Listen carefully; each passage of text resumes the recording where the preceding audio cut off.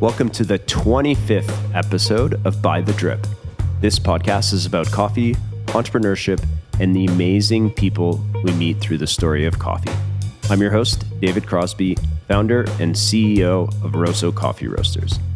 Today, we're excited to share a recording from another fantastic podcast called, and I'm sorry, I'm going to butcher this, SUBEXTRAS, hosted by Meron Coffee, an amazing coffee roasting company in Romania. Cole and I spent a week in Romania working with Christy, the Romanian barista champion. It was a fantastic time, and we highly recommend the coffee scene in Cluj. The people, the food, and the coffee in Romania are amazing. In this episode, we discuss the World Barista Competition and its importance in the coffee industry. We talk about the evolution of the competition over the years and how it's become more complex and prestigious. We also have a fun discussion about the early years of Rosso Coffee Roasters and our journey into the world of specialty coffee. And before we get into the podcast, I have one quick ask for you. If you enjoy the podcast, and you must be because you're listening, Cole and myself have started a new YouTube channel and newsletter. And if you could please subscribe, that'd mean the world to us. You can find us on YouTube under By the Drip. We will be releasing lots of fun stuff over there over the next few weeks. Anyways, on to the episode, and thanks for joining us this week. Hello guys, welcome to the new episode of Under Extracted. This time. It sounds a little bit better in Romania, I think, if you're calling SUBEXTRAS. It makes more sense somehow. Yeah, I think so. All the terminology we used to have and we learned ourselves to make coffee was in English. So like everything I read about coffee was in English, and when I tried to like translate it in Romanian, it was like the same word. Yeah. Here we have a different one, so yeah. But now we got this slang of coffee like under and over. Yeah. And when you say to somebody, it's, this shot is under. How's this one? The other customers that have no idea what we're talking about, so what the hell is that? Under, over. But yeah, this one is in English. Why? Because we have two gentlemen here with us. Pretty famous, both of them, but also amazing people. I met them several years ago, and it was a joy having them here with us today. It is. It is. So I'll make a little bit the introduction because I met a couple of times, both of them. I'll start with Cole because I know him from a long time. We met first time in Milan, I guess, or even earlier before. Cole Torode, coming from Canada, barista champion of Canada for a couple of times. How many times? 2 times. 2 times, okay. Yep. Seen him in Boston for the first time. Then in some other competitions, it was a joy watching him there. Cole is one of the most charismatic competitors I've ever seen. Even if sometimes he's not talking that much, he always has a sense of humor that I love about him. Also, together with us, his brother Dave. Dave is entrepreneur, coach, and maybe one day he will be a competitor, I don't know, but right now he's mostly traveling around the world without his wife. So, help me. No worry, she's not watching this for sure. It's a pleasure to have them here, and gentlemen, thank you for being part of this episode of this podcast. How do you find Romania so far? How do you find the atmosphere around? You want to go first? Cluj? Yeah, I think Romania has been really nice. We've been saying it feels quite familiar to home in a lot of ways. So we're from Western Canada. There are cities called Calgary. The landscape throughout the city is very much like rolling hills, kind of prairies, and somewhat dry, arid landscape. And just from what we've seen here, Same, yeah. Very much similar geographically. And then it's chilly outside. There's some snow, in or out of the days that we've been here, so it feels like a familiar winter for us. Of course, people, architecture, cuisine is different, but in a lot of ways feels close to home. Mm-hmm. People have been super friendly. It's been a nice, I guess, 6 days, 7 days. Yeah, we're right on the week mark, I think. And food's been excellent. Our hosts have been outstanding. Hey, coffee's been good. Don't forget that. Coffee has been very, very good. Outside, yeah. It's been very good. All of these days that we spent together helping Christian to get to the Busan World Championships, I noticed that every guy from the roastery, whenever he's brewing something, they were just passing cups of coffees to these gentlemen and waiting for their reaction. Yeah. And it's so funny sometimes because as a guest, you have to accept So how much coffee do you have these days? Like more than you usually have? There's a few guys at the roastery that brew a Really lot strong, of cups yeah? in a day, and sometimes I feel like I'm getting tested. A cup comes into my hand, and I'm kind of like, is this good? Is this bad? What am I supposed to That's how you think find of the this? limits, And doesn't it? It's like a process where you yeah, just he wants test to yourself. learn. I want to learn too, frankly. And some have been great. Some have been. I think we're talking mostly about Stefan. Yeah, we knew that already. So how was the time interval? Like about 5 minutes, another one, or somewhere in... Yeah, maybe 8-minute 8 intervals. minutes, So let's just tell to the people who are watching this episode that we have this opportunity to have these gentlemen because Christy Oltan is getting ready for Busan for World Championships, and we have this week to put together the routine for this competition. Probably the king of competitions. Do you think it's a proper name for barista? For me, at least, is the most important competition from the world of coffee. Yeah, I would agree. You? Most complex. Yeah, it's the most complex. I think we don't want to offend anyone, but They break competitors. Yeah. There's 15 minutes to present 12 drinks, and there's a lot of moving parts that a few of the other competitions maybe don't have. And you can think outside of the box a little bit more. So I think beyond that too, it's also got the biggest platform. volume of competitors. Yes. I think in recent years, 40, 50, but pre-pandemic, we were talking close to 60, the 2 years that we competed representing Canada, I think 58 and 59, 58 and 57. So, I mean, you get a third of the world's countries representing on the global stage, where I think Brewers Cup is maybe the second biggest at high 30s in terms of representation. Yeah. So, you don't need to offend anybody. I think by size, by scale, numbers, it is the biggest competition. How do you explain this? Why would you guys feel like there's bigger representation in the barista? Why is that? Is the interest bigger, or like the reward? It's also the oldest. And it's also the oldest. oldest. This year will be the 24th year of the barista competition. I think Brewers Cup is maybe in like 14-ish. I don't know. I don't know that for a fact, but it's still a young teen. Where barista is, an adult now. It's a living, breathing thing. We've seen a couple renditions of the platform. We've seen, Dave and I have been competing since 2010. From when we started to now, I mean, we feel like dinosaurs in a lot of ways. Like the whole thing has changed so much, quite substantially. And if you even go back 10 years before we got there, you had to serve sugar with your espresso. There's videos of judges smoking. Oh my God, really? Yeah. Competitors didn't talk about what the coffee was because single origin wasn't a thing. Like you go through the history books of barista competition and it's a whole different game. And, we're in the 24th year. We're going to see new innovations this year. It could be a big turning point that next year it's a whole different game again. And who knows? I think that's what makes it so exciting too. Yeah. Is year after year, maybe not year after year, but if you look at it over the last, 13 years we've competed, even just the rules like espresso, what it used to be deemed as like the look of it, the crema was really important. 6 points. Yeah, it was out of 6 points. Yeah. And you had to like tilt your cup to see if it stuck together.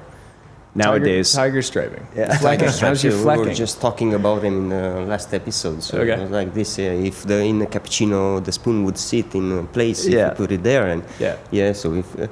it's changed a lot. I remember really well when I was watching William Davis' performance. Yeah, it's totally different. Yeah. I mean, the man was so relaxed. And now, if you think about it, everything is packed all together like to perfection.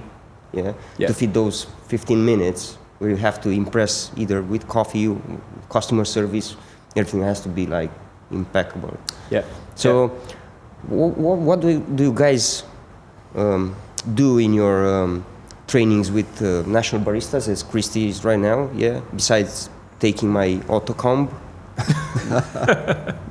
without. Should we talk about that for a minute? Yeah. Do you want to talk about it? You can vent to us. Yeah, Vent to we're us. here to talk Really to you about it suffering, if mate. you'd like to. It's like I'm working with a single boiler espresso machine. You know, it's such a big difference. I don't know if you agree on this, but You're just a I'm princess now. I'm really attached. Yeah. So what do you usually have? Like, where do you start? How do you evaluate? How do you choose the competition? Exactly. Because sometimes maybe it's not the barista competition for you. Maybe it's, I don't know, some other. How do you relate yourself with a certain competition? I guess, so there's sort of two questions there. I think we'll take this one first, then we'll go into how we're working with Christy, maybe. Mm-hmm.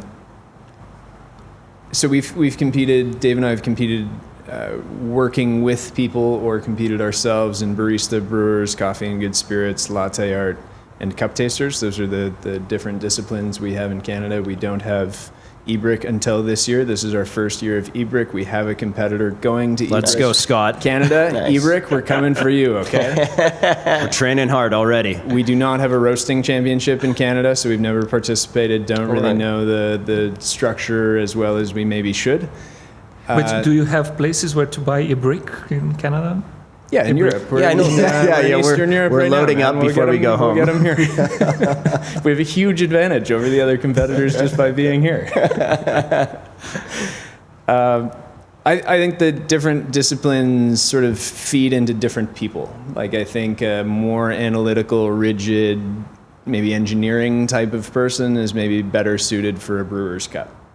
Just there's so many fine details Or behind roasting. the scenes Or roasting, and roasting.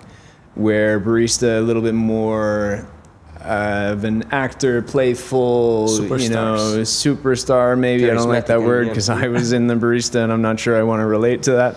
But a little bit more Prima donna. jovial, a little bit more hey now, creative outside of the box. You know, contemporary. Let's say I like contemporary more. That sounds nicer.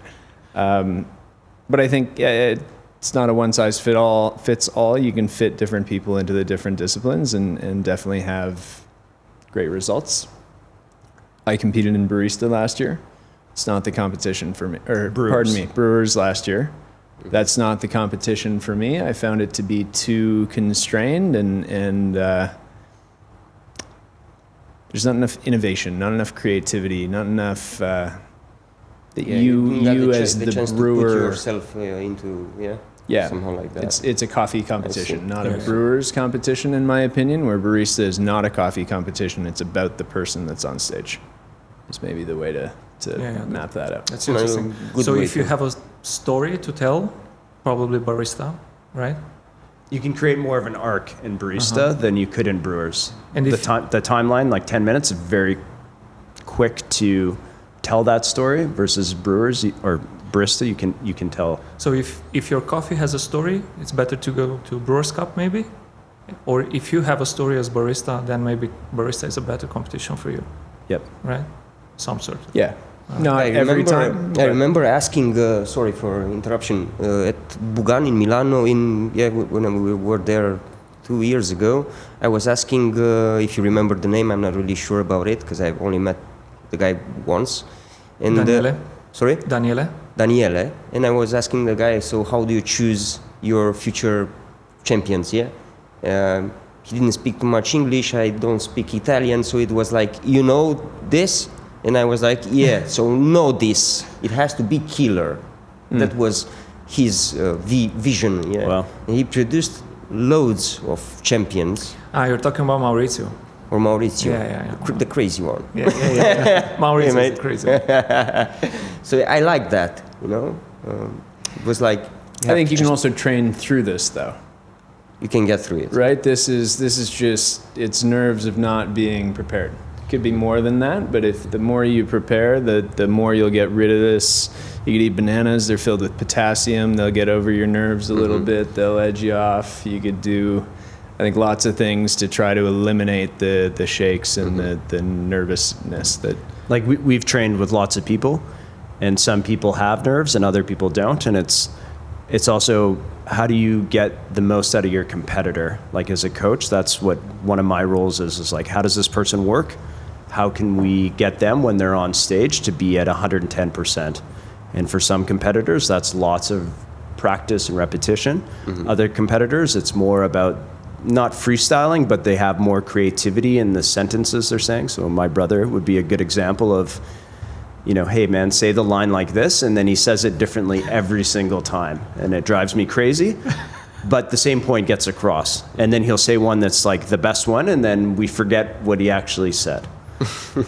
But there are these Asian guys, for example, who are effectively learning English just for that competition. Just for the competition. So yeah. you feel them that they are robots. They are doing their routine like a robot. And at the end of routine, when you ask them something in English, they cannot even respond to that. So it's clearly that they have huge willing to learn like every detail of it.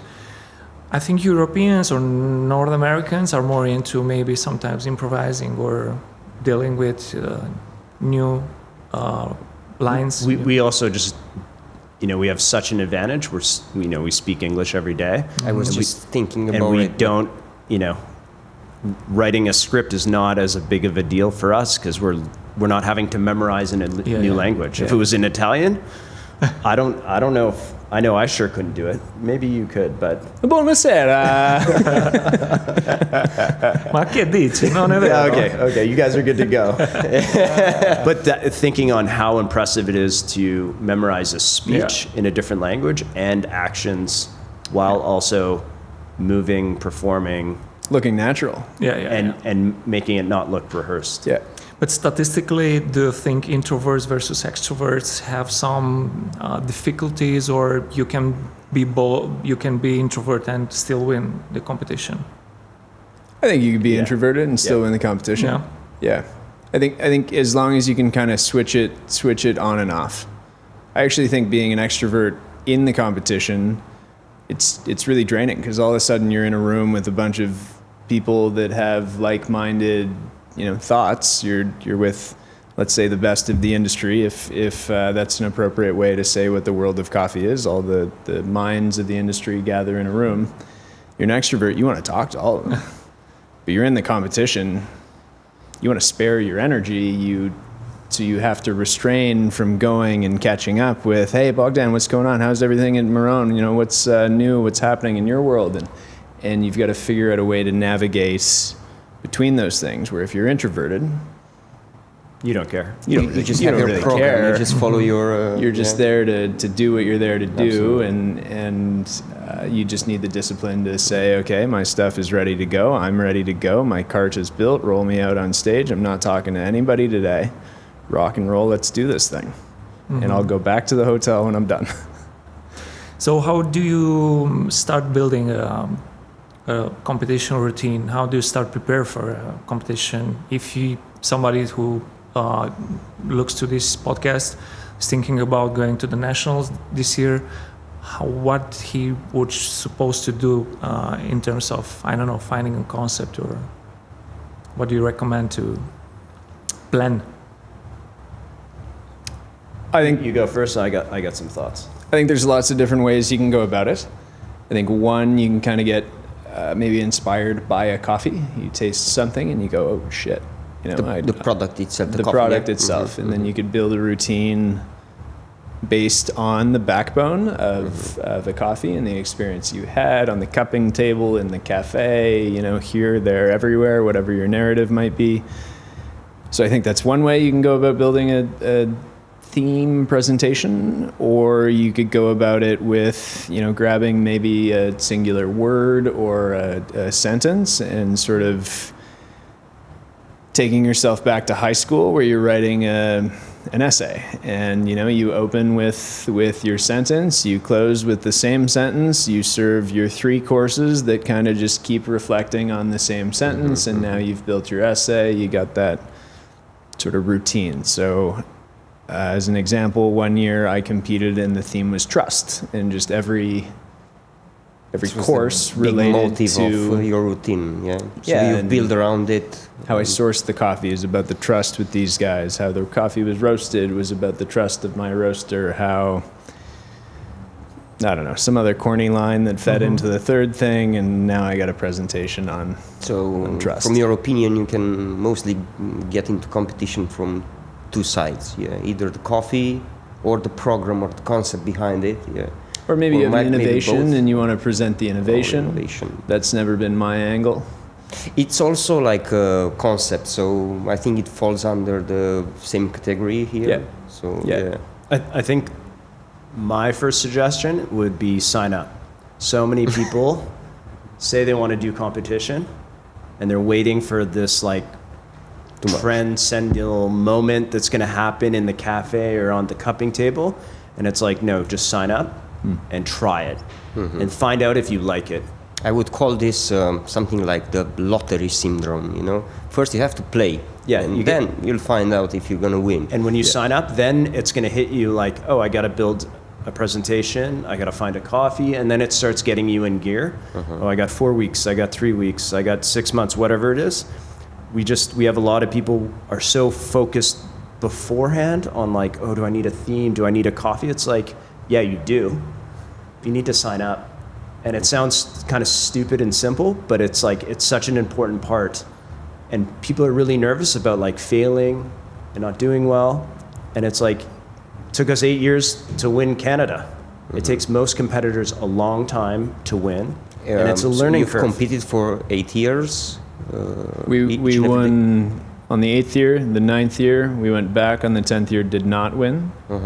And then I have not competed in barista since. We've worked with other people every other year since then. The last year you competed with decaf. In 2020, decaf espresso, Yeah. We removed the caffeine from a La Palme El Toucan Bio Innovation Geisha, and it was it's a cool coffee, very delicious.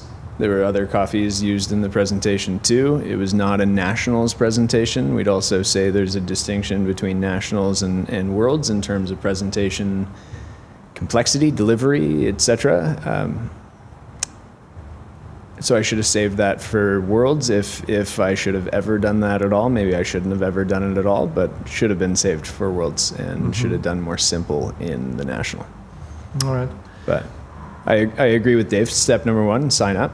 The worst thing you can do is learn something, right? And see it as like self-improvement. Like, I'm going to get better at public speaking. I'm going to get better at understanding coffee. I'm going to get better at dialing coffee. And then meet some people in the community. Yeah, and it's like, it's one of the for an average barista, it's the best way to grow your coffee career very quickly. So you would recommend for every barista who wants to like perform or do it for real, you would recommend going to at least one competition to... When Cole won, the day before he won and the day after he won, he was the same guy. But all of a sudden, he was an authority. Absolutely. After winning. But nothing's really changed. He had the same theories before he won. But now that he's won, people go... I knew nothing before I won. I knew nothing after I won. But people started to believe that. It's good that you know also, what you don't know. Yeah, exactly. But it also in politics. But it also gave him the confidence to say, like, hey, I do know my stuff. Absolutely. I can become an authority and say certain things, and people will agree or disagree. Let's follow a bit this thread. So what did change for you, for instance? Did people start coming to you for advices, or I'm going to start a coffee shop, so what would you recommend? I know with this authority comes some... The problem with these champions is after they win, you want to go have a coffee from them, but they're never there. Yeah, they don't work in the shops, right? Yeah, because now they are some, not superstars, but some stars. And you can't find them. So when is he working? I want a shot from him. And I see what you... what you did here. Well, this is awkward. Yeah, a bit, yeah. So, are you still working? So I haven't made an So you espresso guys- since that day. But you still, I don't know, capitalize on it, yeah? No, I think the biggest thing that changed is just that it's what Dave is saying. It's a level of respect. I think people didn't really care. I think not just me, that us, our company, our business back home, and then all of a sudden things changed where people, let's say producers, wanted to work with us. And it's not that they didn't want to beforehand, but all of a sudden, They knew about it. all of a sudden they know about us and they want to work with us. So maybe that changed. I think some industry peers maybe were speaking more on an eye-to-eye level than looking down to us. I think for, let's say, my parents, they all of a sudden understood that, okay, what we're doing is actually like A real you're job. doing a real job. You're doing a really There's good actually thing. Like you're doing going this, to a yes. world championship to do this thing. Like, You can live yeah, decently. you're doing okay. Like we are actually proud of you. And That's nice. I don't know if there's anything beyond that, but I think it's just a level of respect changed. And I think it also builds confidence within the team, the company, Yeah. individuals, that you feel like, oh, the way we are roasting, people do like it. And yes, obviously tons of customers come in every day and drink the coffee, but it's like, oh, our peers enjoy our coffee, not just our customers. Or, oh, we've learned how to extract espresso to some level that people enjoy at, this competition. So I still want to underline that champions should take at least one shift per week Per week in a to shop, enjoy yeah. their presence yeah. there. I remember the first one of the times I met Calin. He was having some partnership with Della Corte, Yep. and I managed to be part of his dial-in procedure during the one of those days, the opening day. And when you are next to a champion, you get some coffee shots from him. You share thoughts with him. For a junior, for somebody that's just a coffee lover, the unique feeling that you have is pretty nice. So for me, for example, it was a moment that I remember that somebody who has a lot of experience and a lot of skills, I can share some coffees with him. So that's a very nice moment. And I think those guys who won a lot of competitions should remember this, and from time to time to get back to the behind the bar, have some shots with the people who would really want to taste their coffees. Barista competition is the most important one, because if we are really honest, the names you remember in this industry during the years are mostly from barista competition. I mean, from Sasha to some other guys. Creating some kind of icon. Yeah. And you always look up for these champions as well. Yeah, but this comes So- with some pressure, maybe, because once you're there, you have responsibility, I suppose. Yeah. Yeah, a little bit. Something I was going to say is, it's important to remember that just because somebody won one of these championships, there's still normal people. Like, Are they? Like I think I'm still a pretty normal guy. I like to think that I'm not on a pedestal that's beyond other people. I don't think I know more than the next person in the industry. Like being at the roastery this week, your team is very knowledgeable, and some of the theories and protocols and systems that they know about roasting that they're telling me, I'm kind of, I'm like, yeah, totally, I'm with you. I don't know what they're talking about, and I mean that in the best way, because I'm here to learn just You're as always much as the on next the person. learning I think, process, yeah. It it's, never it's stops. not that. We're champions now. We know everything. Like, I think we're still eager and keen to learn. We're still eager and keen to connect with people. We're people just like everyone else. The difference is we did this dance routine where we made coffee during it, and we did a nice presentation, and we scored well in it. I think part of it though is giving back. Inspiring. Inspiring the next Others, generation. yeah. Like,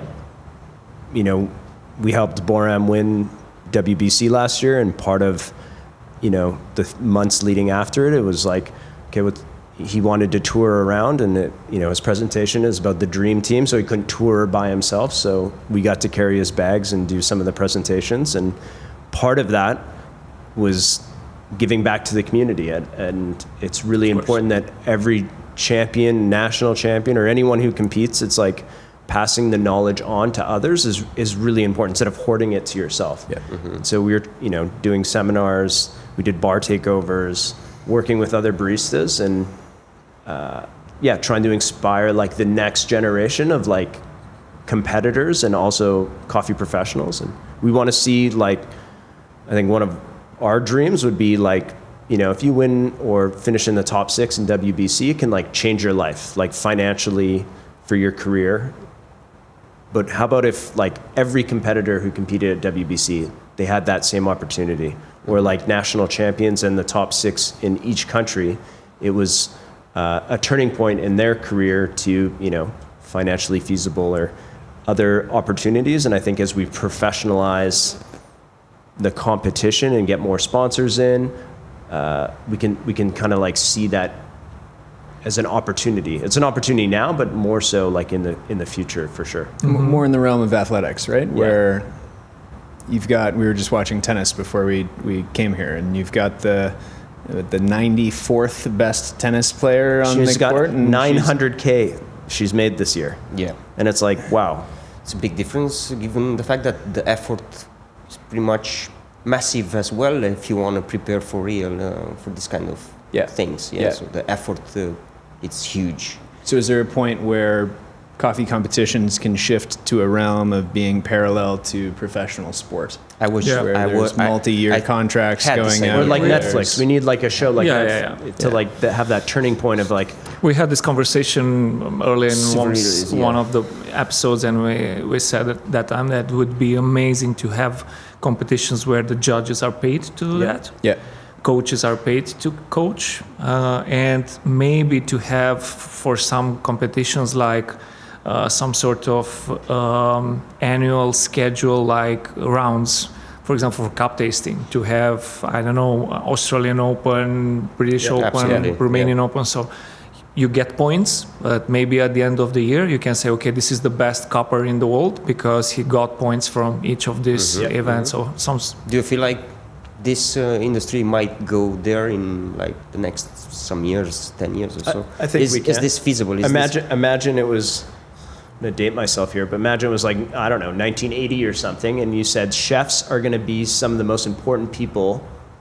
Chefs used to be in like the back room and they'd cook. Dungeon. Yeah, they would, and you would like hide them. And now they're like rock stars in the middle, like a kitchen's built in the middle of a restaurant. Everyone wants to sit around the kitchen. Yeah. And it's like this shifts happen. We spend millions of dollars on cookbooks. There's tons of TV shows about cooking. Yeah. If you think about like, and who watches these? I don't watch. No one like, but it's a massive industry, and coffee should be chef's table. Yeah. But if you think about, like, let's name it now. Yeah. If you think about Jamie Oliver, he has a huge reach. Yeah. Everybody knows, mostly on the planet. Yeah. Who's we have the guy? James Hoffman. But we have James Hoffman, which is good as well. But I don't think he has the same kind of like image and power. So maybe the difference is what you said. The baristas aren't working in coffee, right? They're no longer behind the bar. But Jamie Oliver has restaurants. He's not at the restaurant. Is he not at the restaurant a day a week he's got like 100 restaurants, man. He has, but he still doesn't work as. Maybe he's not the right example. I think it's a matter of time, because tennis, for example, in the first 20, 30 years of playing tennis, it was just a hobby for most of those guys. Mm-hmm. They were playing with long clothes, skirts, and it was a little bit uncomfortable, but it was a hobby. And then starting little by little, it became professional, semi-professional, then professional. I think maybe barista competitions will be the same. It's going to take time, but I think the amount of time that's being spent, like the competitors in the top 30, are spending real money and time and energy, and it's only going to get harder. Yeah. I think we need two things to happen this. I think we need some companies to invest real money in not only giving a kettle or book press or something. 2 liters of milk or something like that. Exactly. Even in nationals, because this is a huge problem. And then second, we need Netflix, as you said, like tennis has Breaking Point, Formula One has Drive to Survive, food industry have Chef Table. We need somebody who will promote this. And we've had a few, like Barista the movie. We've had a few, but it's like we need one to hit Netflix or Amazon Prime or whatever, and they feature it. That everyone drinks. Not everyone. Almost everyone drinks coffee. Yeah. It's such a international beverage that Absolutely. it could be the next rabbit hole people can get yeah. into. And we saw it during COVID. Lots of people just got into home brewing, and that sparked the home brewing revolution or whatever. But we need hopefully another one to come for like coffee competitions, and that'll spark a different group of people to be really interested. And do you think like something might be blocking these ideas right now, or we just don't have the person or the vision, or I don't know, we're just not ready to? I think if you're not in the industry, is there any way you know about the coffee competitions? It's really a good question, because it's not mostly on, it's not on just don't ESPN. know. It's not on any sort of televised thing. It's live streamed. Maybe even the live stream is pretty here and there from Yeah. In some parts of Asia, maybe the level. There's a different degree of respect over there for the competition. So it's a media issue at this point. Possibly. Possibly, yeah. Possibly. But maybe there is a click that one day will happen and will drive some interest to this. Also, maybe there are some projects like Top 50 Best that needs to be adjusted to specialty coffee. Cafes would help. Yeah. I guess the biggest thing would be media. If we got a media deal, it's the same thing you guys are saying about Netflix. If somebody came in and said, hey, here's the package we're willing to give, it's worth X amount of money, right? This is how most sports leagues work. They get a media deal, and I follow NBA. I know in NBA that media rights are 49%, players get 51%. That's how revenues split. And if you could do the same thing and generate revenue that way based on viewership for coffee competitions, could we? But they've also got, when did the NBA start? 75, 80 years ago? Yeah. So we got some time to catch up. For sure. But how about if SCA would give to the winner of Barista Championship, World Barista Champion, $50,000 from all those booths that they are renting during the Wall of Coffee, for example? So that might attract a lot of interest from, competitors or... Definitely changes the stakes. Yeah. When somebody asks right now, what are you competing for? You're kind of like... Prestige. Yeah. All right. You spend a lot more money that you're going to get from winning, yeah? Right. I'm not familiar with this.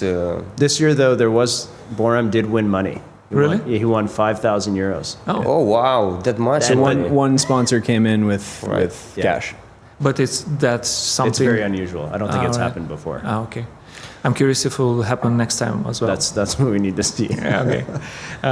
Do you think coffee competition like Barista could be a projection for the future of this industry? Do you see things, because we see small things that now we use because we saw first time into a coffee competition, but do you think this should be a projection of the future, a barista routine? You go first. I think for a segment of the industry, it's important. They see it as it's either driving innovation or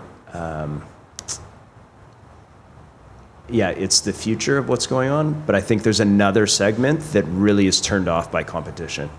They think, and part of them is not wrong, like expensive coffees win, or it's really expensive to compete, and like, what's the point?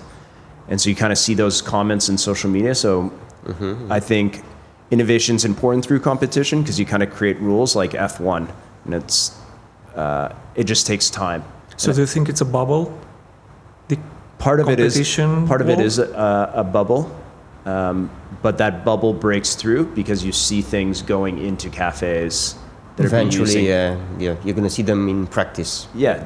Even not every might... cafe is going to do like absolutely distributors, but a lot do. 80% probably do some sort of distribution tool. OCD. Yeah. Now the new one, Autocom.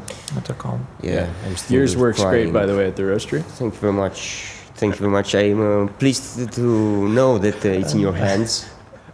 Hopefully you've changed some of the needles. We did. Yeah, We did. yeah. Yeah. But anyhow, the second one is coming. yeah, we got a new one Christian coming. confirmed Yeah. me today. So big Yeah. respect for this one. we are so you rich in still this have- country that we barely for the second one. Yeah, you have to make like loads of paper just to get it in the country. I was sitting for about 6 hours or 7 hours just to make the papers for. And the guy at asked me, The custom- customs, and he asked me, so what is this tool?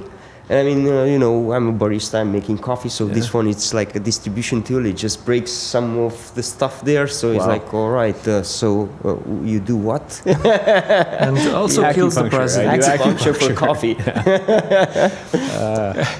You want to answer to Bogdan's question? Yeah, I think my hope is yes, because I think barista competition gives such a good structure for making coffee. And zoom out of what people are saying on stage, and zoom out of the expensive coffees, and zoom out of all of that stuff. If you look at the technical score sheet, that is a rubric, step by step, for making a quality, consistent coffee beverage in a clean and functional manner, start to finish. If you can execute that at a top level, you can make a really great coffee. And that is 100% functional in a cafe, right? It literally goes one step after another. Did you spill and waste grinds? You don't want to do that on a day-to-day basis, because that ends up being money. And that's not just money, that's somebody's time and energy all the way down the line. So you got that. You got tools. Can we do them fast? Can we do our distribution the same every single time? Did you flush the group head? Did you wipe the tray? Did you waste a bunch of milk? Like, it's a platform Good for making the practices, yeah. best quality coffee in the world. So put the egos aside, put the expensive whatever you think is there aside. If you're not following, you're falling behind, in my opinion. And you don't need an expensive coffee to win. It's a barista competition. It's the skill set of a barista that can deliver the top quality experience using whatever they have in their ammunition in terms of coffee. Does not need to be the most expensive, the most complex, the highest SCA As long as, scoring, the most I know, anything. You don't do it like well, and you don't do it clean, and as you said. Yeah, you just have to deliver an exceptional experience. It's literally so it's about what's experience written in the in end. the rules. And the It's- experience is coming from the barista of like, it's going to taste like X, Y, and Z. And is the judges perceiving that? We have a saying back home is like, what you say and what you do, are they the same? I Are knew they you the were gonna same do that. thing? That's awesome. Do they did match? that. Yeah. And are they, how aligned are they? And a lot of people, they don't quite align. They're, it said it was going to taste like this and it tastes like this. Or the experiences I'm going to talk about, I don't know. But you mentioned the term great coffee. I think we still have a difference between what great coffee means for a judge and what great coffee means for a customer. Yeah. Should this industry bring more close these two things, or do you think it should remain like it's today? The coffee that the judge is tasting is the next level of some coffee that we use in coffee shops. I think if we reflect on our history in the competition, the coffee we served in 2010, the first year we competed, was a washed Catuai from Panama that you probably wouldn't even put on your menu today. Like, it was a great coffee then, it's an okay coffee now. And if you keep going year after year and seeing what's being used in the competition and what's being used in coffee shops, they're both doing this. It's like a gap of how many years? 5 years or something, yeah? Yeah, and they're both trending up, up and to the right. In parallel. Eventually, Yeah. Eventually it's going to happen. Same with Eugenides. Yeah, it's going to become more and more accessible. We're going to see it more was and more often. Unthinkable to drink 3 2 years ago. 2 yeah, years yeah, ago, yeah. But now it's Tim starting. Wendelboe won with a Robusta blend. You monster. He monster. Yeah, he won with a Robusta blend. James Hoffman was the first guy to say The origin. the not origin of the coffee he's using. Now That was- the that was podcast 15 that I was years ago. Yeah. Yesterday I heard the podcast that you were invited in, it was registered 2 years ago. And you said it that in 13 years ago, James Hoffman said for the first time variety, and so it was for me was like shocking. Yeah, really, dude. Yeah, so it's nice to see. It's ramped up, like the technology, information. It's ramped way up, and I think it'll. We're raising the level up more and more. So it seems like we're going to this crazy, $3,000 a pound coffee, but it's like no, the average coffee is getting so much better. We're roasting it so much better. We're brewing it so much better. When we started, you used to tap the side of the portafilter before you tamped it. That was like the process of making. Yeah, how bizarre. And it was like, get the grinds off the side of the portafilter into the middle and then tamp it. Tamp it with 60 pounds. Why? I don't know. Someone said it at some point, so just do it. Would you risk guessing what's the future of this competition next 10 years? 10 years Tough to say, right? It's hard to say. I think the whole thing will get scrapped and rebuilt. The whole thing? Not the whole thing, but we just saw That's a bad take. huge. Cut that. That's a bad take. We just saw a huge change. Like we all of a sudden have alternative milks. That's a dramatic shift in the industry for coffee competitions. I didn't see that coming maybe 5 years ago. There was a lot of pressure to make it happen, but it seemed there was a lot of resistance to hold it back too. And now it's a normal thing. We're going to see a huge innovation in that category. I think Oatly would be a good sponsor for those $50,000 for the winner. Just to start with, yeah? Yeah. They have plenty of money, dude. Yeah, but I'm with you on this one, because usually when something gets big really fast, usually there comes a period where everybody starts to just take all the non-essentials aside and see, all right, so why are we here? What are we doing here? Yeah. So might scale down a bit. Like maybe we see a compulsory. I think that's that would something be that's coming, and I think that's a bit of a blow up and rebuild, because you got to completely restructure the platform in order to do a compulsory round.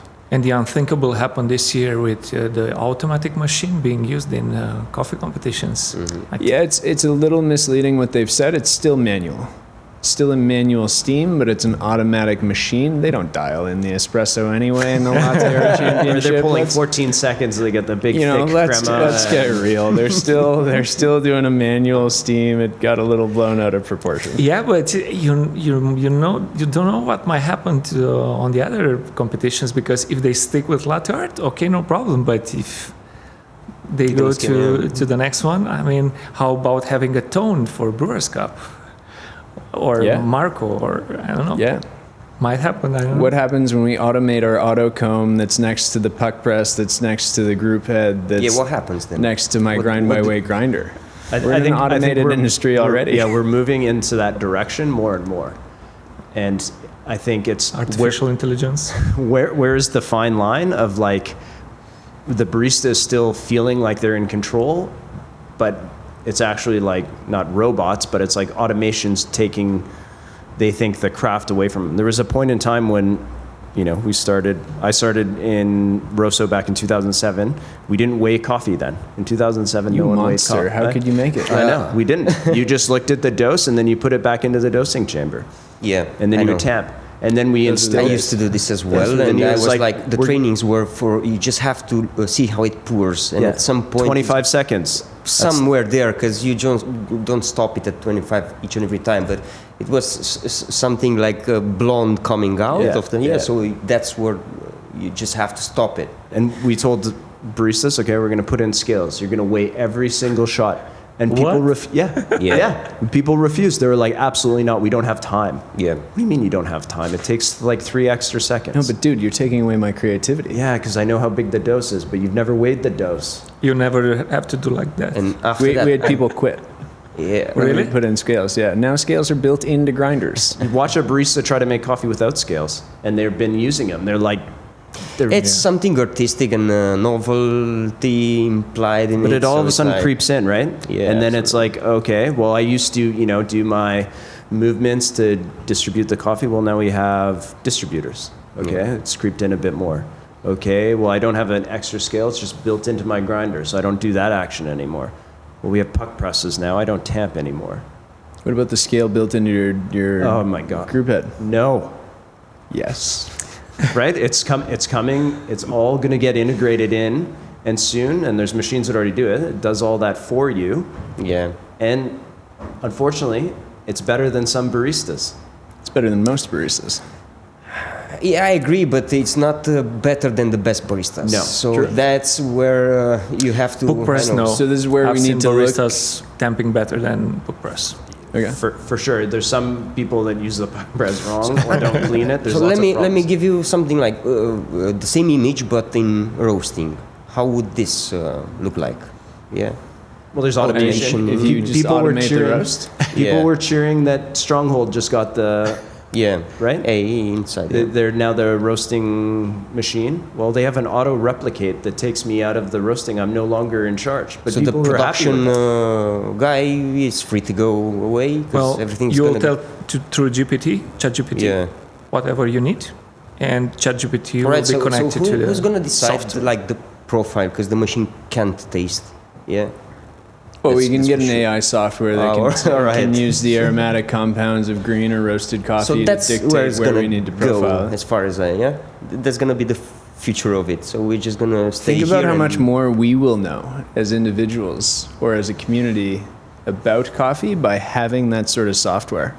I think a great thing to zoom in on, and I'll throw myself under the bus.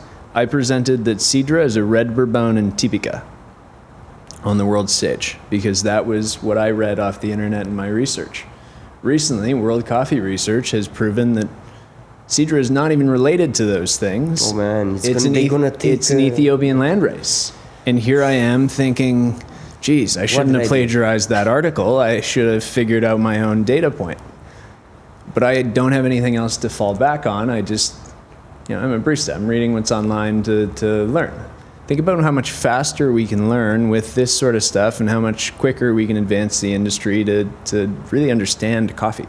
So we are such a young industry right now, we don't understand what we're doing. We pretend we do.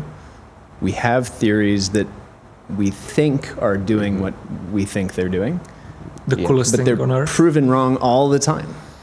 After right? some And- years, some of them. And, The and some ones are that factual. haven't? Some are factual, Yeah, and, yeah. and we're like, oh, thank goodness we've been doing it right. I think we need to bring in technology while at the same time harnessing the creativity that baristas, And the passion as roasters- well, yeah. Yes, and what rules all of it is flavor. Flavor drives everything. So even if the AI or the espresso machine that's automatic makes a cup of coffee, we human beings have to taste it, and if it's no good, then we have to tell the machine or whatever software, like, hey, we got to improve it this way, because Give me more red fruits. I like this. Flavors drives everything. yeah, it's true. and Yeah. we have to be involved in that.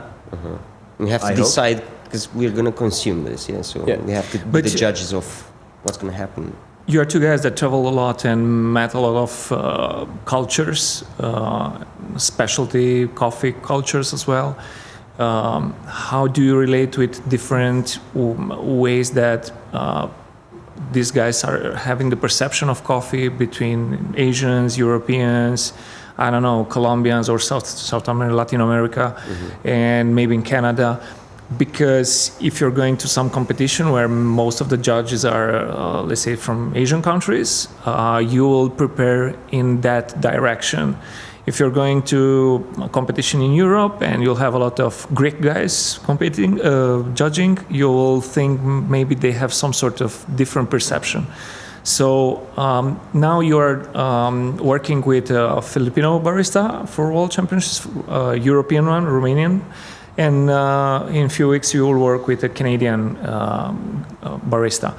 3 different cultures. How do you adapt to the perception of coffee from 3 different continents? Why don't you talk about coffee and I'll talk about judging? Yeah, sure. So of the 3, the Canadian is still going through the national championships, so there's a bit of a different perspective there. Otherwise, I think we have to take a global approach going to Worlds. We have to be mindful of flavors that we're going to call in a coffee that we're going to choose. I think a good flavor to zoom in on is mango. Mango is a terrible flavor, in my opinion, for an espresso at a world championship. because there's over 200 different varieties of mangoes around the world. In Romania, I assume you don't grow them. In Canada, we don't grow them, so we import them. So we're going to be importing different types of mangoes. In Canada, they're often quite acidic because they don't get the opportunity to fully ripen because of the way they're shipped and whatever. That doesn't matter. You go to Guatemala, oh man, are the mangoes ever good and sweet and juicy and a tactile sensation. And there's such a different spectrum of flavor opportunity within the category of mango. But you look at mandarin orange.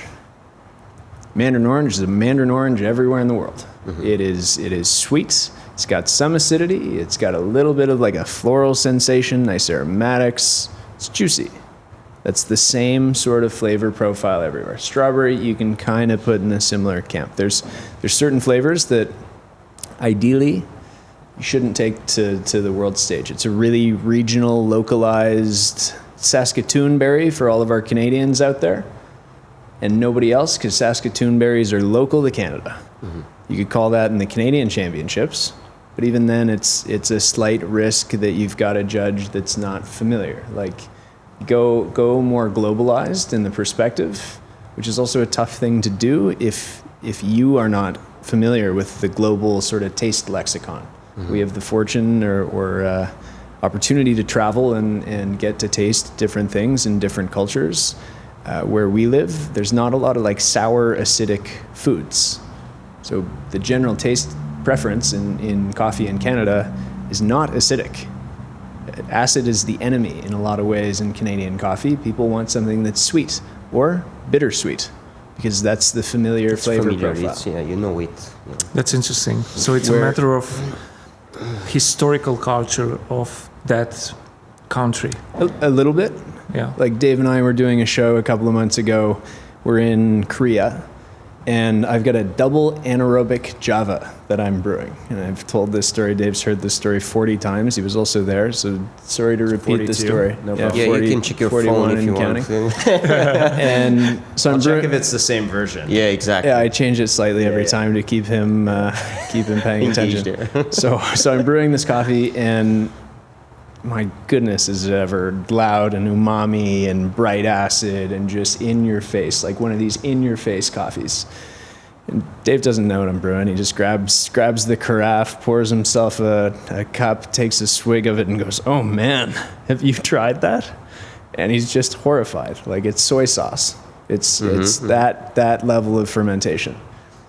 And then he watches 7 of the next 10 people who try it go, "Oh wow, I love this. This is so good." And then we just sold all of it, like immediately, and that flavor profile was adored in that particular culture. Where if we served that in Canada, like No one's coming back. no, we lost that customer. They're not coming back to our shop. Yeah, it's a cultural thing, and whereas this barista competition is a worldwide thing, you have to address it globally to be understood. Yeah. So you have to break out of your national preferences or your cultural preferences and try to think to what the global audience is It's going to. pretty much the same when I had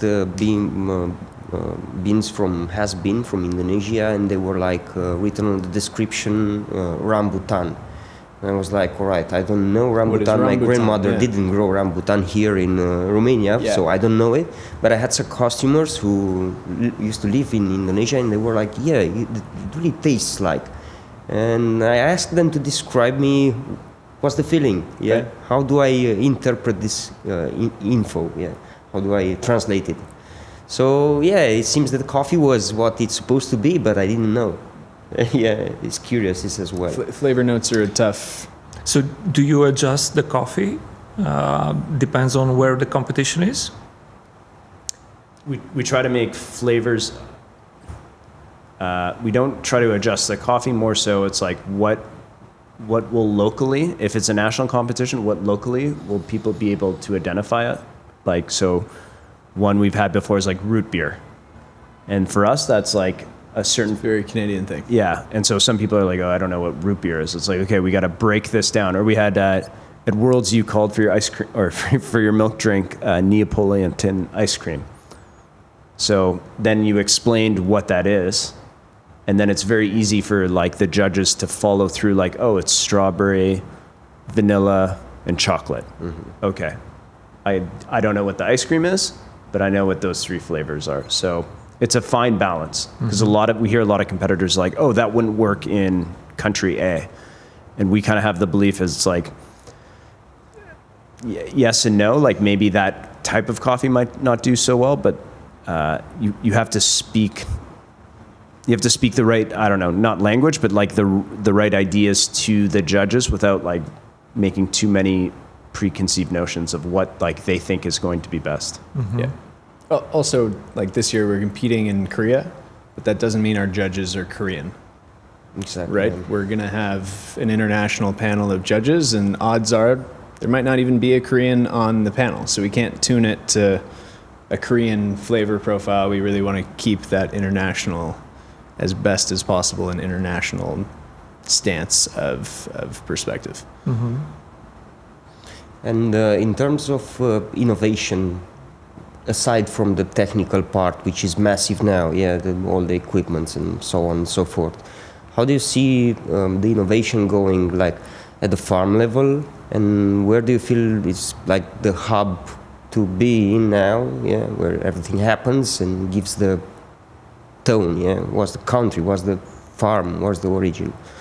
What does they do there, what happens? What are they doing? What are they putting in the water? Mate? So sugar. How do you feel innovation is going to go in terms of fermenting or processing or varieties? There are some trends now. For example, the last 2-year trend was making blends during the competitions. Geisha with some other Eugenides or something.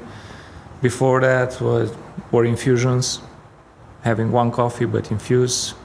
So trends, I think.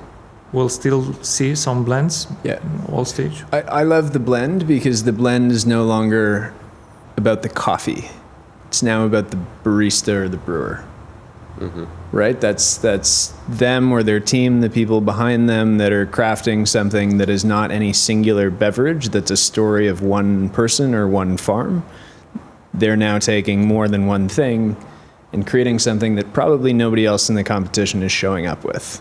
So they're taking a little bit of the approach of like a vintner in the world of wine, or a master distiller in the world of whiskey, where they're seeing each of these different coffees as ingredients that have attributes that they want to highlight or mix with something else that's available within their reach to create something that's better than any of them would have been by themselves. And dial it for that beverage.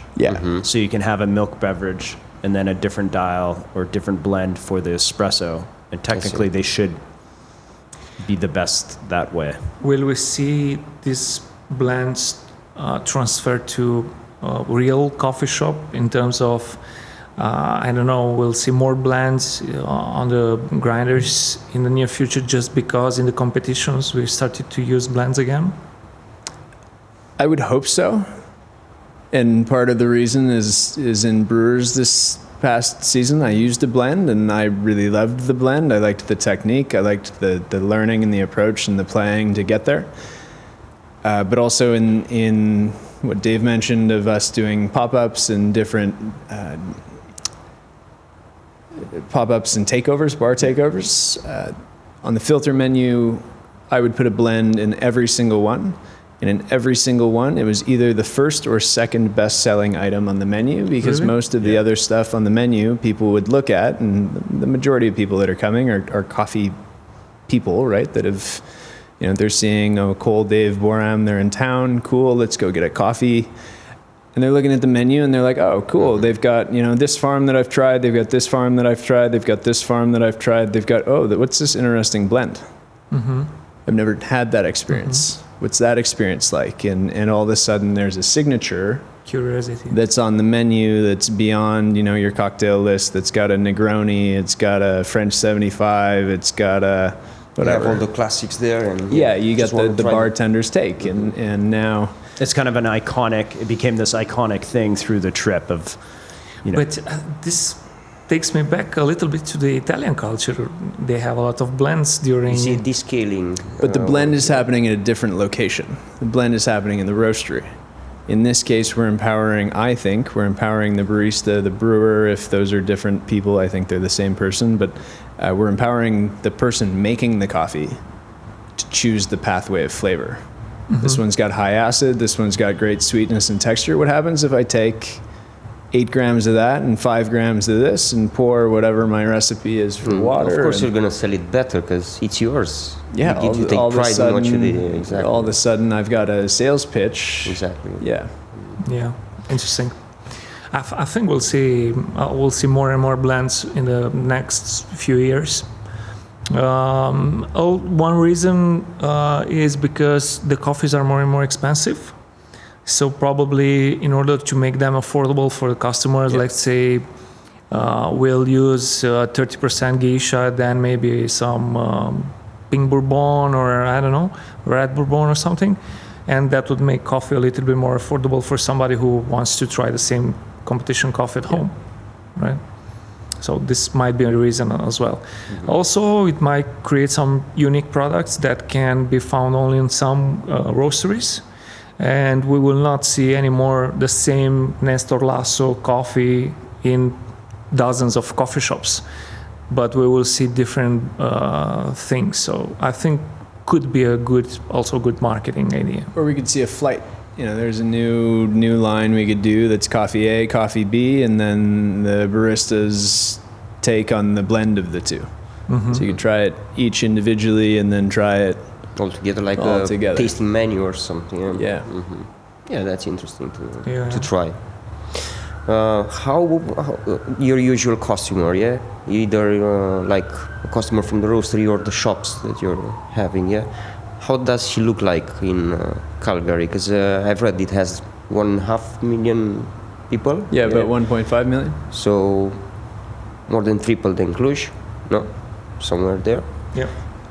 What do they want now? I mean, right now, what are they asking for? How do they express? What's the Canadian coffee culture? So if we're zooming out to Canada, Canadian consumers, they're interested they love coffee. It's our number one consumed beverage, but we consume it more on volume than maybe consuming it on the best quality. So we have a few brands that we won't name here, but are very iconic in our country. And they're selling just coffee. Mm-hmm. That's what they're promoting. And then if you zoom into specialty, there's a lot of amazing specialty in Canada, and certain cities are really pushing the limit. Like the last, 10 Canadian barista champions, they're all from our city in Calgary. And we would say Calgary's the most dominant. Not just in the competition, but also in what the companies are doing. Yeah, like pushing the limit on. You can get an excellent and above cup of coffee at many different businesses within Calgary. Yeah. You are also entrepreneurs. How do you started Rosso? What was the purpose of the roastery and the cafes? And how this brand found its own place into the market? How long do we have? No. So I finished university in 2007, and I was in a different city, came back to Calgary, and I wanted to, I got a business degree, and I wanted to trade stocks, which just... Really? Yeah, it makes me cringe just saying it, but I wanted to trade stocks. Do you still do it? I don't trade Crypto stocks. stuff? No, I just... You don't want to see his portfolio. Yeah, I buy and hold. Really? Hopefully. It's very red. It's all red. Rosso means red. It's not a good time for the market. It's just recovering. Yeah. It's coming back. It just so came back, wanted to trade stocks, couldn't find a job. On my resume, it was I did landscaping. I'd worked at Starbucks. I'd worked at Tim Hortons and a few other coffee shops. So no one's going to hire me to trade stocks if I've never done it before. And so I started thinking, entrepreneurship's in our family's blood. People don't know, Cole and I are brothers. And so I was thinking to myself, like, what do I know and love? And what came to my mind was like coffee. In university, there was a coffee shop that's still there called Just Us, and I'd go there every day. I'd get my large vanilla latte, Do you still try it? I haven't been back to the university town in a long time. You should. I'm just curious what's gonna. Yeah, how that experience would be. It's in a small town. It's probably the exact same. It would not surprise me. Yeah. And I drink coffee and study, and it became a place for me. It's like the third place.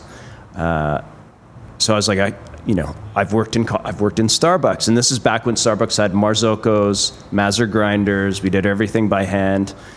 And when I worked there, Frappuccinos had just come to Canada, and people would come in and they wouldn't know what like a cappuccino was. So I had to explain like, a cappuccino is 1/3 espresso, 1/3 milk, 1/3 foam, like those type of. This is easiest way, yeah. Yeah. Mm-hmm. Anyways, so I got this idea. I'm going to open a coffee shop, and there was a bakery where our first location is. There was a bakery going in there, and the bakery backed out, so it was a half-finished space. And, I talked to the landlord, and the landlord said, "Sure. Like, if I come with a presentation, will you accept my bid?" And they said, "Sure." So I made a PowerPoint presentation. I did my cash flow statements. All my business stuff that I learned. My cash flow statements were very, very off. My revenue numbers were very, very off, but did those. Did this little presentation. They were like, "Yeah, that's great. Like, you can sign this lease." So signed the lease. 8 weeks later, I opened the store. And at this time, it was called Cafe Rosso. And I was 24. I didn't know what I was getting myself into. I opened the store. I didn't hire anyone. The first day, I saw 12 people. So I worked by myself. 12 people came in. It was also a bakery, so Dave is also doing baked goods. Yes. And Yes. this was what year? 2007. 2007. All right. And So pretty much the same age as each and every crazy person that started at the same 24, 25 years. It seems like that's the age That's you should the age, start being crazy, because that's, if it happens at 40, I think it's It's alarming. it's alarming. Yeah, it's a and then slowly over time, it was like 12 people the first day, and a couple weeks later, it was 20. Word of mouth started to spread, and I, again, this is old school. There was no YouTube. There was just coffee forums. So when it was slow, I'd go online on my computer, and I would go on. There was a website called Coffeed, and it was a coffee forum, and I'd read about Jeff Watts from Intelligentsia and all these like famous people in the coffee industry traveling and buying like single origin coffee, and they had this machine and this grinder, and I quickly realized I knew nothing about coffee. I'd bought all the wrong equipment, and I was using the wrong coffee. At the very start, we were using Illy coffee, so that's where Rosso kind of a play on the branding. And so I'm reading this stuff, and I'm looking at my stuff, and I'm going, oh my God, like I've screwed this all up. And then slowly over time, as it got busier, I'd place the grinder. And then, I had an Electra single boiler espresso machine. I replaced that, and at the time I got a Synesso, so we got better grinders. Then I was like, okay, got to upgrade the, the roasted coffee. So I realized like, okay, there's a difference between freshly roasted coffee and old stale coffee. So I brought in George Howell. So we're brewing George Howell from Boston. And then right around that time, we opened a second store. And then my lovely brother is going to now take over the story where you joined the business. What a nice intro. Lovely brother, right? Yeah. That's really nice of you. I joined the business. I was working in a different place. So you've joined when it was like the busiest, yeah? It was like you just had to... Yeah, you just came... Yeah, today, man. He came at the high point. We've only gone down from it. So Dave and I didn't grow up together. So me actually joining the business, we don't need to go into that side of the story, but me joining the business we need to go in. This is our therapy session. Is this an intervention? Yeah, it might be. We didn't grow up together. I was working at a different coffee shop, restaurant, and I didn't enjoy it. I didn't see anybody all day. I kind of sat and did Sudokus all day. I liked making coffee, but I knew the coffee I was making was the shits. Like, it was not good. I would steam the milk. I worked by myself. I would steam the milk so incredibly hot, all foam, put the milk in the fridge, then extract the espresso, and then come back to the milk in the fridge and like scoop, mountains of cappuccino. Memories. Yeah. I used to do that just underneath us, because I worked here there's a big basement. So it's like an Irish pub. Yeah, so I used to do this like 10 years ago. That's how we used to do it. Yeah, it was the norm. And so I wrote a resume. I gave it to Dave. Maybe I didn't write a resume. No, Probably that's not. made up. And sort of pleaded for a job. He was nice enough to give me a job. I wasn't allowed to make coffee at first. I had to go through the training program as anybody did, and then slowly but surely, this is late 2009, early 2010. I'm 17, turning 18, and not quite crazy 24 yet. And we just started to really vibe on coffee, really enjoyed it. We watched Michael Phillips, whenever that would have been in 2010, compete in the World Barista Championship and win, and then wanted to do that and decided to compete that year. Did the regionals, didn't win.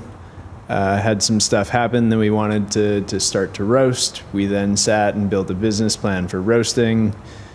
2011, we did our Q grader in Rosebud, Arkansas. It was available in 2 places in the United States. One was Los Angeles, one was Rosebud, Arkansas, which is a town of like 65 people, but one of the instructors lived there. At the time, there was maybe 8 Q graders in Canada. Yeah. Maybe 30, 40 in the US, and so we did our Q there. And then late 2011, we got our first sample roaster. I think so. 2012, we got our production roaster, which is a ProBat 12 kilo. The first year they came back to using cast iron. Dropped it in the back of one of our cafes. Roasted there for 8 years. Yep. I guess 8 or 9 years, and 2012. At this point, we would have had 3 cafes. Yeah, I helped build one of the cafes, all DIY. Just a quick asterisk. How was the coffee scene in the city at the point? I mean, did the there was kind of competition drive you to just one or two other businesses that so were you were just in building a similar realm, yeah. Mm-hmm. And it was coming up. Like there was excitement about coffee and. Our city, like the average age is 37. So it's like a young, vibrant city. Like the mountains are an hour away. So people are very active and like coffee is a big part of people's lives and very entrepreneurial. The city's like, the city gets behind entrepreneurs. So if it's like whatever Calgary made, people really like support it. So we were like fortunate enough to kind of come up through that wave. And when Cole, joined, first he worked, for Rosso and then joined as a partner, and by 2015, we made the decision like, okay, we've been buying coffee kind of spot. And then we were like, okay, Cole was really bitten by like the coffee bug. So when Cole started, we all have our origin story. Like Cole used to love, we have drinks called mochas. It's like hot chocolate with espresso. They're so good. Yeah, and that was like his drink. That was his drink every day. He'd have his mocha, and then as time went on, it's like it went from a mocha to a cappuccino, and then cappuccino to espresso, and then now it's just water. Yeah, it doesn't just like water, coffee anymore. It's fine for me. Do you still remember, guys, which was like the shot that changed everything? Yeah. For me it was George Howell. It was a Pacamara, an El Salvador Pacamara. Nice. And he doesn't like this origin story, but it was like bright acidity, this like chocolate, and then this like fresh tobacco. And I remember that flavor being so unique to me. I'm not a smoker, never been a smoker, but just this like intense fresh tobacco and like aromatic, complex, slight cedar, woody flavor quality. Like that was the one that was like, whoa, this doesn't taste like the coffee. Taste, or did you like the fact that you've put them out there and you've seen the flavors and you were capable of finals? It was so different to what I had ever tried. And identifying something. Yeah. Versus it's like moved beyond, it's like, oh, it tastes like coffee. Now it's like moved to this like different beverage. Yes. I remember the very first time we got George Howell in, and we had spoutless portafilters, so the bottom cut off, so you could see the extraction. That was a very big and important thing back then. And I remember pulling a shot of Illy, and it would blonde right away, immediately, like old aged coffee. And then pulling this George Howell, and it was fresh, and like the shot pouring down was like this thick, long thing, almost touching the espresso cup. And I remember like just staring at it, going like, what on earth is going on? Like this is so different.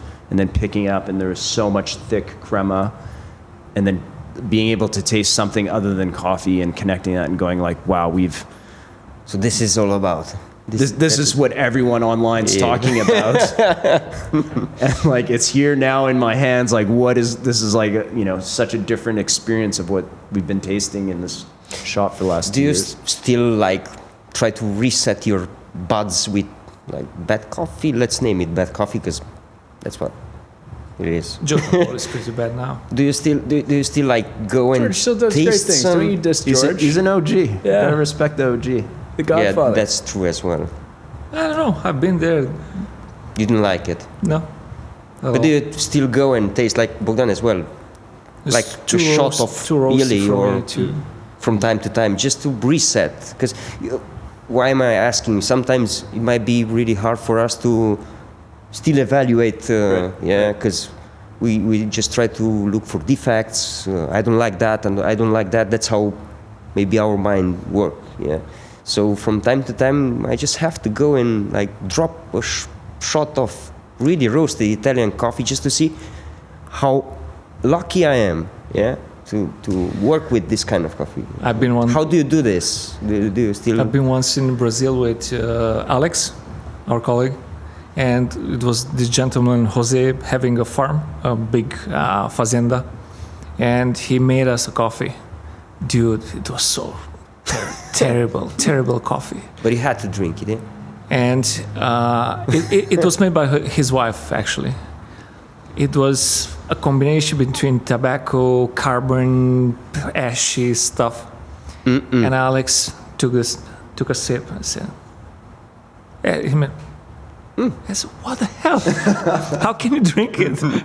Damien, it was with us. Damien took the coffee. He saw the first three. He was walking next to the tree, just put it next to the tree. And a few minutes later, Jose came to ask, how is the coffee? And Alex said, it was pretty good. Dude, I'm letting you here in Brazil. I'm not taking it with me back in Romania. Alex can drink any kind of coffees. Are you those kind of guys that can drink anything? No? Like We're I polite can. Canadians, Yeah, so we probably will. If you serve me something that's terrible, I'll maybe sip on it, but I'm not the type that needs a coffee. I'd rather not have a coffee than have a coffee that's terrible. I see. Like I can go many days without a coffee, and I have, and I do, and that's maybe how I get my reset, because I come back and I'm like, wow, this is great. To just take a break from I'll just go 3 or 4 days without drinking a coffee, where I think Dave has maybe done that once in the last 15 years. I did it on the trip. Yeah, I remember you did it on the trip. That was the one time I was referencing. How many days? 1 day. Just 1 day. And I had bad headaches and everything. It was terrible. I'll never do it again. No, I think that's a smart way to do it. I think also It's tasting, a healthier one. Yeah, it's like tasting. We say we'll do cuppings at home, and baristas will be like, "Oh, this is like 81 points," and it's like, no, that's not 81 points. You haven't tasted an 81 point coffee. Like that's like not the baseline. Our team is tuned to a different tier. Yeah, they're You used to. usually tend to like look only for the good stuff when you do cuppings, especially in the beginning. Because I see this now, each and every Monday I'm making like cuppings with our colleagues, and since they have on the score sheet pluses, where to put the nice things, they don't think about the defects. So coffee tends to be a bit better than it actually is, because that's where you're looking at. Yeah. But if you start educating them on like, I don't know, roast defects or whatever, they start to say like, well, right now I see. So this one is not as good as everybody says it is. So it's like we tend to put some limits to. Yeah, sometimes we romanticize the bad coffees. But we need them. Well, somehow. For most of the people, whenever they go to try something else, when they can come back, they realize, oh, I love this, I miss this. Yeah. And our historical heritage tends to have an important role in the way we perceive the perception we have on coffee.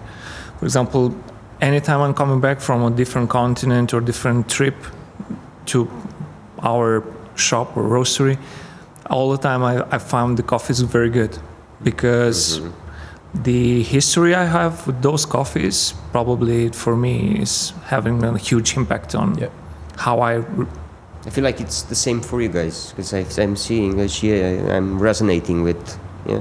Do you like take steps to limit this? Yeah, I think you get familiar or calibrated to your stylistic approach, whatever that might be, right? And I think for us to go home and taste our coffees would probably be like, yeah, these are really good. Yeah. And there's refreshment and familiarity in that. And definitely on, like, we were away for, you're still away, but we've been away 100 days straight and seeing 12 different countries and their roast styles and how they're prepping coffee, how they're extracting coffee. It's all similar but different, and everyone's kind of got their own style, and it's that's also really refreshing. We were in China, and it's specialty coffee's quite new, and they have a cafe that's just doing signature drinks, and it's oh wow, this is special. This is really nice. Sounds good. And it's super busy, and there's a different take on coffee for us to explore and see and be inspired. I think, let alone the taste, we've been inspired by where specialty coffee is going, and there is a lot of amazing coffee out there, and we got to experience a lot of it over the last 5 months. And there's also some really interesting history in different places that we would try the local coffee, whatever that beverage is that people drink. And you tried that? Yeah, we tried to. Anytime somewhere had one. Like when we're in Italy, you got to have an Italian espresso. You got to go and have you got to have throw a euro at them. They throw an espresso back at you. It clangs on the counter. You got to have that experience. You have to taste it. It's the experience that you're having. And who's sourcing the coffee now for Rosso? So it's a mix. I do some of it through our other business, Forward Coffee. And then we've also got a girl named Amy that's sort of the head of, what is her role? Head of procurement, I guess. Logistics, supply chain, something in that sort of category. And she's doing a chunk of it as well. I want to throw them under the bus now. With the following question. Keep prepared for this. You know what? I'm actually my time just ran out. I think the team wants to go. Yeah, they look tired, don't they? Yeah. What's top three? Let's make top five most. I don't know. The best producers you're working with. What's top five most preferred producers? Top five. I said I'll throw you under the bus because there's definitely a producer on this world to say, why didn't they Cole, say you didn't say my name. Yeah. I'm gonna start with Boram, Fazenda the family in Brazil. Seems like an easy gimme. No, I think they're really interesting. They have two farms, one in the south of Minas Gerais, one in Espírito Santo. They're investing a ton into genetic research. They have, I think, 45 different varieties that they've planted. They're doing a ton into processing. They're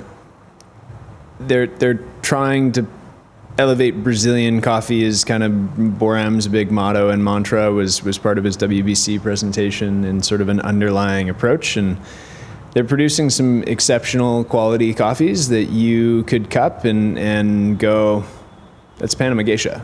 What do you mean that's Brazil? They have complexities and qualities within their cupping, the flavor profiles that you would not expect. Do you have it on Forward Coffee list? Do you have we have new stuff coming. I think we've just cleaned out. He's just finished his crop in Espírito Santo as of December, and we've got some coffees coming that are. And since he's the first one on the list, I think that for sure it's going to be. If there are roasters that are watching this episode, forwardcoffee.com. Forward.coffee. Forward.coffee. God, that's modern. Exactly. You can check it out for the new lots of Boramon. Not very known in Romania. pretty unknown until he won the World Championship, but definitely a farm that you can take a look. Doing some cool stuff. They've got like a varietal called Siriema, which is a cross of Racemosa, a different species of coffee, with, I believe, Typica. Cupped it, I don't know, 2 months ago when we were last together. Genuinely tasted like Panama Geisha. Mm-hmm. Nice. Second one? Maybe just put a Panama Geisha on the table and called it Siriema. I'm just kidding. It's quite nice. You go. You pick one. I'm not the green coffee buyer. You are. Okay. I'll keep going then. It was so easy. Like, I just write the check. Can you write me a check? No, absolutely not. Okay, number 2, I'm going to go to Mexico, to La Jolla Micro Mill, husband and wife. So Samuel Ronzon and his wife Gloria Hernandez. She's a PhD in biochemistry. She's doing her PhD in biochemistry and microbiology. nice. Both? One? I don't know. Somewhere in that realm. And he's a multi-generational agriculture guy that's focusing specifically on coffee. And you go to his farm, it looks like a jungle. It's all bio, drawing a blank here. It's all permaculture. It's following the cycles of the moon. It's all Integrated with nature somehow. yeah, intercropped. He's got a whole bunch of different things planted on the farm that are benefiting soils, benefiting, this, that, and the other thing. And his coffees are, I think, fantastic. I'm a big fan. They're a super small producer, also available through Forward Coffee. Super lovely family as well. What else do we got? I see that you're picking like none of the. I'm trying to not go to the super obvious ones. Yeah, because yeah, but they are like more on the different part of a coffee farm. I know you're looking for something else in coffee, like as you said, the interspecific new variety or what it's called. People who understands how like nature works. Yeah, I think like game changers in different approaches of the way they're going to. Is this like production. Your, bigger image, like your philosophy on sourcing coffee or connecting with the farmers, or is this? I definitely like to be connected with the people that I'm working with, whichever lateral direction that goes. I think it's just that much more. Absolutely. Meaningful when you achieve something together with somebody that you have that personal connection with. So, the family, we've got a great relationship. We've met mom, dad, brothers. We kind of know them all. Sammy and his wife. His brother is a very good competitor as well. Yeah, his brother was third in the world in the Brewers Cup. Both of them are amazing guys. Mom and dad are both amazing people, Stefano and Marcia, and so, we're big fans of them. The Mexico farm, is it in your list as well? For coffee? We will have some coming up soon, but they produce hardly any coffee. They're like 600 kilos maybe of high-end stuff, and then he also operates, he's got an uncle and an aunt that own kind of bigger production farms, but La Jolla proper is a very small production, but it comes onto the menu. So mostly competition lots. Yeah, it would be. It's like in between kind of. Yeah. It's higher end single origins. Okay. Yeah. But they're very good. Yeah. They'll surprise you for Mexican coffees, and they do an outstanding job. All right, and give us a third one. Do we do the obvious one? Like, I don't know. You're the green coffee buyer. What is the obvious one anyway? You have to say Janssen. You're having a lot. That's the obvious one. Yeah, of course. There's so many. What so about many back producers. in Calgary? We're growing. Yeah, that's right. Actually, Dave and I are coffee producers, and we're announcing it right here, right now. We've got about 6 geisha plants back home. How old? 2 years? 2 years now. Yeah, year? 2.5 years. Must be a few kilos there. I haven't been home for a while. They might be dead. No, there's so many, I think, amazing coffee producers in Panama, like Kai Jansen and his family. They're doing some incredible coffees. The the consistency they have throughout the entire portfolio is just, it's mind-boggling, honestly. The quality and consistency they have is something else. Justin from Longboard Coffee, another really good friend. He's got 3 small little farms, and quality he does is exceptional. Very boutique, small scale, and compared to Jansen. I mean, Jose Luttrell, Abu, you guys work with Jose. He and Bibi and his family are incredible people. There's definitely a lot of people we could shout out in terms of the world of coffee that we were big fans of and admire. Just leave them in comments if you feel like somebody's not, I don't know, named yet. Yeah, but don't terrorize me in the comment for not naming you, okay? Absolutely. Yeah, you're in trouble, man. I'm in He trouble. gave us the list before. There are like 200. This is a loaded question, okay? I was just curious about where do you look first when you want a coffee for, I don't know, for a competition, for example. What's the first farms you're looking to? So if I was looking for a coffee for competition specifically, I think I said it earlier, but price is not the driver. SCA cup score is not the driver. Flavor complexity is not the driver. For me, it's a linear flavor profile that's easy to identify, clear flavors, relatively simple in terms of what those flavors are. I don't want rambutan. You know, we're not going to connect with rambutan. It's a cool flavor, but we're not going to get it. Something that's easy to identify, linear, and then has great textural experience. If I'm on a cupping table and something jumps out, I'm not going to lock it in barista on the cupping table. I'm going to find an espresso machine and I'm going to pull a shot of it, because now I'm in the proper domain to actually experience that coffee the way it should be, the way the score sheet kind of says we should, right? I used the analogy on you earlier today that I'm not going to play football with a basketball. Cupping is basketball, football is barista. Or switch it around if you want to switch it around. They're different games, and we need to experience the coffee in the realm that we're going to play with it. And that's how I would look for a coffee for competition, And a bit of storytelling. and a bit of storytelling definitely And then helps. the barista connecting with it as much as possible, either through like who's producing it or the flavor profile or whatever, but it's equally as important. The coffee Borum used for WBC 2023, we cupped probably 150 coffees in Panama. About 100 of them were from Jansen.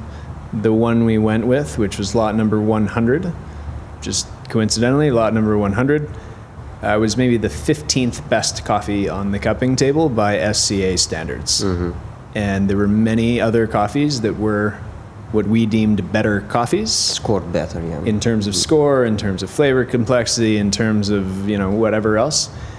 But when we took it to the espresso machine, it was this coffee that was just like the same flavors showed up the way we extracted it. And that, I think, is so incredibly important for the security of the barista to go out on stage and think, you know, I'm going to get flavors A, B, C today. I'm not going to get 4 random flavors out of the 15 I've experienced out of this coffee showing up today. I don't want that. Yeah. You want security that those flavors are going to show up. And so that's how we figured out that coffee. And then there were 3 options that came from his family farm, and it was a Pink Bourbon, it was a Siriema, and then it was a Katukai 785. They were all good and worthy, but Siriema, we don't have time to introduce a new varietal. So we thought that would be distracting. It was arguably a better coffee than the Pink Bourbon, but all of a sudden, and I've got this Siriema from Brazil, and the judges are thinking, Yeah, you have to explain this one. what the fuck is that? Takes time. And we don't have time, and it's not the purpose of our presentation, so we're not going to go with that one. Katukai 785, you might know what it is, you might not know what it is. It's a little bit mouthy. The quality wasn't quite as good as the Pink Bourbon, thankfully. So, you know, Pink Bourbon. Oh, it's Pink Bourbon. Cool. You know, and there was a little bit of a choice that happened there based on familiarity of naming convention.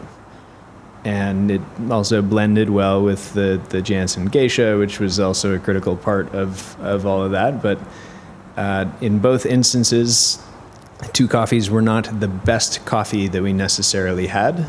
It was what worked for the presentation specifically. Makes sense. But I mean, get It's a there however you want to competition, get there. That was yeah. our approach to getting there. There were other options, other things that we also considered, but a lot of tasting, lots of trials, lots of roasts, lots of How long Boran espressos. trained to get to become World Barista champion? So He would argue all of his life. he won his nationals 3 times in a row. So his first year he went to Worlds, he came 16th. And then we worked with him in 2022. And Nationals, Worlds. yeah. And then he came 7th. And he trained with us in Calgary for a month beforehand. And then he was kind of gutted because the top 6 obviously moved to the finals. Coming 7th is hard, but had to compete in his nationals in February the following year in 2023. Yeah, I think he went June 2022 Nationals, September 2022 Worlds, maybe March 2023 Nationals, Yeah. June 2023 Worlds. So within one calendar, Yeah, 4 that's times. 2 a lot of Nationals, time, 2 yeah, Worlds, 2 months in Calgary with us. So it was a lot. It was A lot of Guys, training. I have just one more question for you. I'm like the philosophical one. I don't know if I'm making sense of it, but try to stay with me a bit. I know I was thinking lately that with all these processing methods and all these crazy coffees, they are good, yeah, but it doesn't give you like the consistency that you said, yeah, from shot to shot.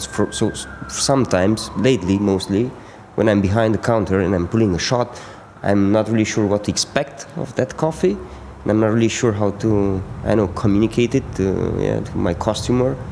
Whereas like 6 years ago, I would have a natural coffee. I know what I had there. Yeah, I knew Okay. how to make it. I knew how to talk about it. And I'm constantly comparing coffee industry with like other industries. Yeah, if I'm looking like in, let's say, soy sauce, they know exactly what they're doing. They have the idea of perfection about how should it taste like, yeah? What should we do about it? Maybe in wine and whiskey as well, but in coffee, like, feels a bit neurotic now. We don't have a really good idea about, right, so what's the perfect coffee? It's changing so much. Yeah. If a customer asks me, so what's the perfect coffee in your opinion? It would be really hard for me to say something, articulate something, yeah?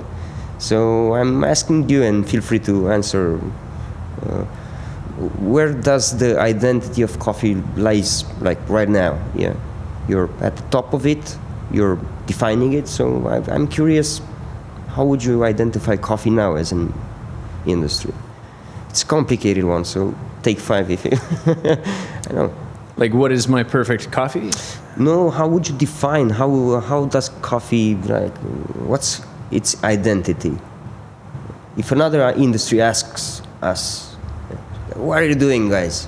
You were coffee professional, yeah? Right, so what do you do? What is coffee? Where does its identity lies? I know. Yeah.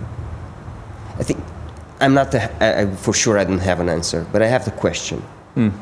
So, what would you say about this industry? Yeah. I think part of the beauty of coffee is the depth of it. So you can consume coffee it's just coffee. And it's this beverage for different people. It's caffeine, something that's a ritual that they do in the morning. It's something to wake them up. And then on the flip side, at our end of the spectrum, coffee is also a lifestyle. It's maybe not a religion, but it's something we take very serious. And the depths of it it's a rabbit hole that never ends. And I think that's like the beauty, is like there will never be an end point. We will not solve coffee. It's kind of this formula that will continue on, like I can't make the analogy, but will continue on forever, and we're going to learn more about it, but that unlocks new steps to figure out about it further on. What we're processing now is just like what we were talking about brewing coffee 10 years ago. We'll look back at how we processed coffee 10 years ago and now, like, oh, those were old methods, old styles, and some are still correct, but some were really not that great, and we can improve. We'll do that on roasting. We'll do that on brewing. We're going to do that with how we serve coffee. You know, we have new elements of like service that are being created every day, and we got to push the boundaries on that. And we kind of, every company and every place, it's like different things are getting pushed at different times. And I think coffee has a fluid character. Yep. It adapts to any environment, any trend is coming. Yep. Coffee adapts a little bit, takes some stuff from the wine industry, from the cocktail industry, from the food. So it adapts to a lot of things. That's why I like to think, when I think about coffee, like a fluid shape. yeah. And part of it would be great to be like, oh, I taste this flavor. I know immediately, like, oh, this is coffee grown from Colombia in the northern region, blah, blah. But there's also something very beautiful. You know, you tested us today. What varietal is this? And we tasted it, and we guessed, and we weren't close at all.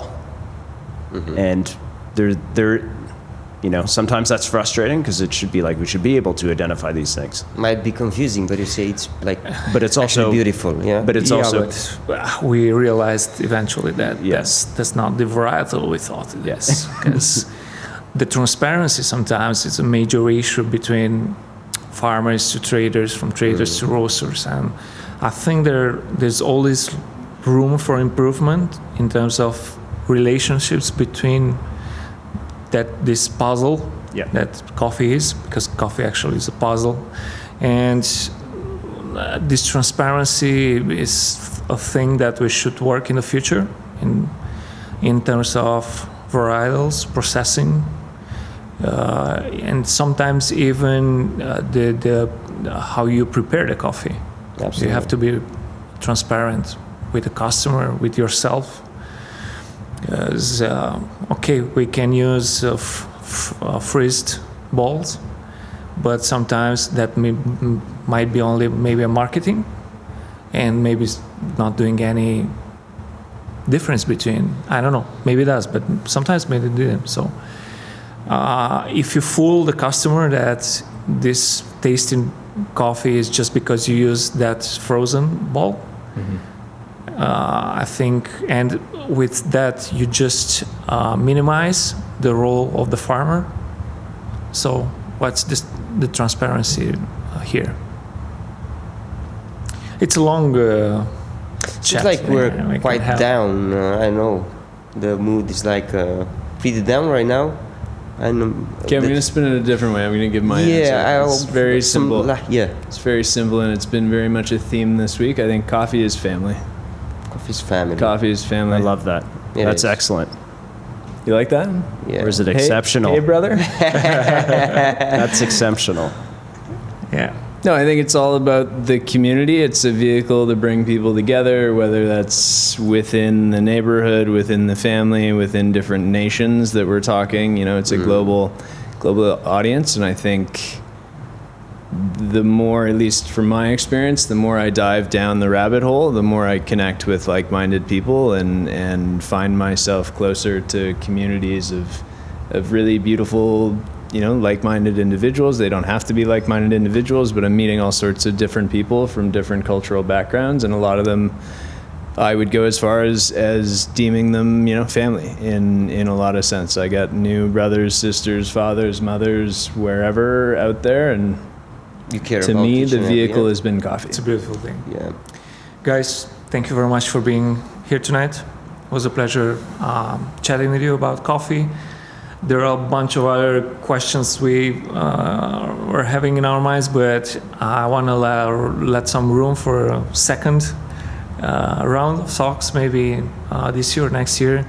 But it's always a pleasure having coffee chat with somebody that knows a lot of things about this industry, and it was an honor for us having you here. Absolutely. I hope you had a good time, even if after this long week the energy is lower a little bit, but we had a pleasure having you.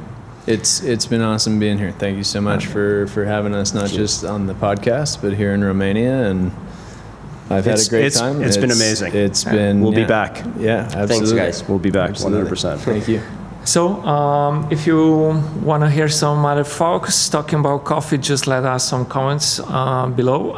YouTube, I don't know if it's possible on Spotify, but if not, just write us on Instagram or other social platforms, whoever you want to have us here. It was a little bit difficult for us speaking English because you are not familiar with doing a podcast in English, but we did our best. So don't judge us about the grammar mistakes we did. We tried to do our best, and I hope you enjoyed this episode as we did here live. So write us comments below. Thank you, Calin, for hosting as well. Thanks, guys. It's been an honor. Don't forget to like and subscribe. Thanks. Yeah, exactly. Always drink good coffee, man. Because it's just coffee. It's just coffee. just coffee. SUBEXTRAS by Meron. Hey, look at that. You've made it. Thanks for listening to By the Drip. If you could please subscribe, rate, and give us a comment, that'd mean the world to me. Till next time.